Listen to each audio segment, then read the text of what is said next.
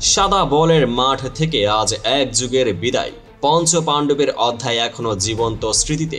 কবে শুরু হয়েছিল এই কিংবদন্তি যাত্রা, আর কিভাবে মাশরাফি, মুশফিক, তামিম, সাকিব ও মাহমুদুল্লাহ একসাথে ঢালিয়েছিলেন দেশের ক্রিকেটের ইতিহাস, সবকিছু এক ক্লিকে জানুন এই ভিডিওতেই। স্বাগত। আজকের ভিডিওতে আমরা বাংলাদেশ ক্রিকেটের এক উজ্জ্বল অধ্যায়ের কথা বলবো। পঞ্চ পাণ্ডব। 2001 সালে ডানহাতি এক পেস বোলার হিসেবে মাশরাফি বিন মুর্তজার সাথে শুরু হয়েছিল এই যাত্রা। পরে যোগ দেন ওয়ার্ডের নিরাপত্তা রেখেছিলেন 15 নম্বর জার্সিতে মুশফিকুর রহিম। এরপর ক্রমান্বয়ে তামিম ইকবাল, সাকিব আল হাসান এবং শেষে ছিলেন মাহমুদুল্লাহ রিয়াদ। এদের সমন্বয়ে গড়ে উঠেছিল বাংলাদেশের সাদা বলের জাদু। আজ মাহমুদুল্লাহর বিদায় দিয়ে শেষ হলো সেই অধ্যায়ের শেষ অধ্যায়, কিন্তু এই যাত্রার স্মৃতিগুলো চিরকাল অমলিন থাকবে। মাশরাফি বিন মুর্তজা 2001 সালে প্রথম আবির্ভূত হয়ে ধীরে ধীরে দেশের অধিনায়ক ও মাস্টার স্ট্র্যাটেজিস্টে পরিণত হন। তিনি ছিলেন সেই খেলোয়াড় যিনি মাঠে অনন্য নেতৃত্বের ছোঁয়া দিয়ে দলকে এগিয়ে নিয়ে গেছেন, আর আজ তার বিদায় সাদা বলের ইতিহাসের এক বিশেষ অধ্যায় হিসেবে স্মরণীয় হয়ে থাকবে।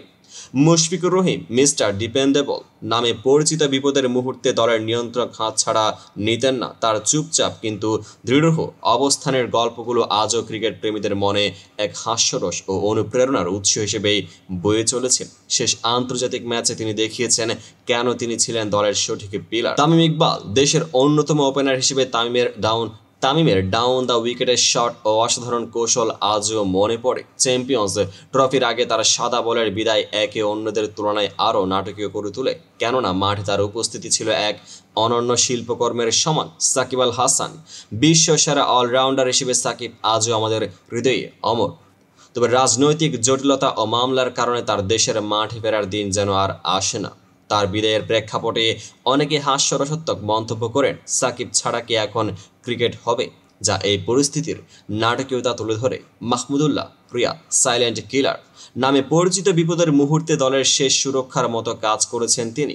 বুধবার তার আনুষ্ঠানিক বিদায় দিয়ে সাদা বলের ক্রিকেট থেকে এই কিংবদন্তি অধ্যায় বন্ধ হয়ে গেল। তার বিদায় শুধু একটি ক্রিকেট ক্যারিয়ারের শেষ নয়, বরং সেই যুগের স্মৃতিকে চিরকাল রাঙিয়ে রাখবে। পঞ্চ পাণ্ডবের প্রতিটি খেলোয়াড়ের নিজস্ব বৈশিষ্ট্য ছিল। মাশরাফির নেতৃত্ব, মুশফিকের নির্ভরযোগ্যতা, তামিমের আক্রমণাত্মক খেলা, সাকিবের অলরাউন্ড দক্ষতা এবং মাহমুদুল্লাহর ক্লাসিক ফিনিশিং।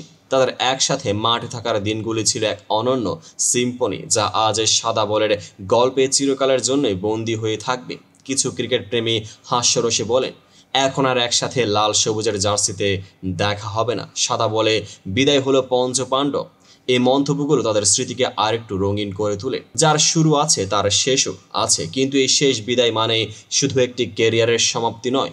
তামিম ও সাকিব যাদের মাঠ থেকে বিদায় নিতে বাকি অনেক অচিন্ত আশা ছিল, তাদের বিদায় হয়তো পূর্ণাঙ্গ দেখা যায়নি। সাকিবের শেষ ইচ্ছা ছিল দেশের মাটিতে বিদায় জানানো, কিন্তু রাজনৈতিক বাধা আজ সেই স্বপ্নকে অসম্পূর্ণ রেখে গেছে। পঞ্চ পাণ্ডবের এই অধ্যায় আমাদের শেখায় কিভাবে কঠোর পরিশ্রম, নেতৃত্ব ও ঐক্যবদ্ধ প্রচেষ্টায় একটি জাতির ক্রিকেটকে এক নতুন উচ্চতায় নিয়ে যাওয়া যায়। আজ আমরা কেবল তাদের বিদায় বলছি না, বরং তাদের অর্জন ও অবদানকে শ্রদ্ধা জানাই, যা কোটি বাঙালির হৃদয়ে চিরস্থায়ী হয়ে থাকবে। পঞ্চ পাণ্ডবের সাদা বলের অধ্যায় আজ বিদায় নিচ্ছে, তবে তাদের কৃতিত্ব ও স্মৃতি আমাদের ক্রিকেটের ইতিহাসে অমর হয়ে থাকবে। আপনারা কি ভাবেন?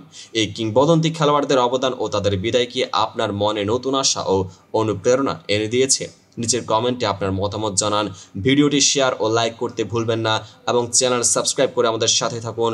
আরও ইনডেপথ ও বিশ্লেষণের জন্যই পেজটিকে ফলো করুন। ধন্যবাদ। আর চলুন তাদের স্মৃতিকে আমরা সম্মান করি এক নতুন যুগের সূচনায়।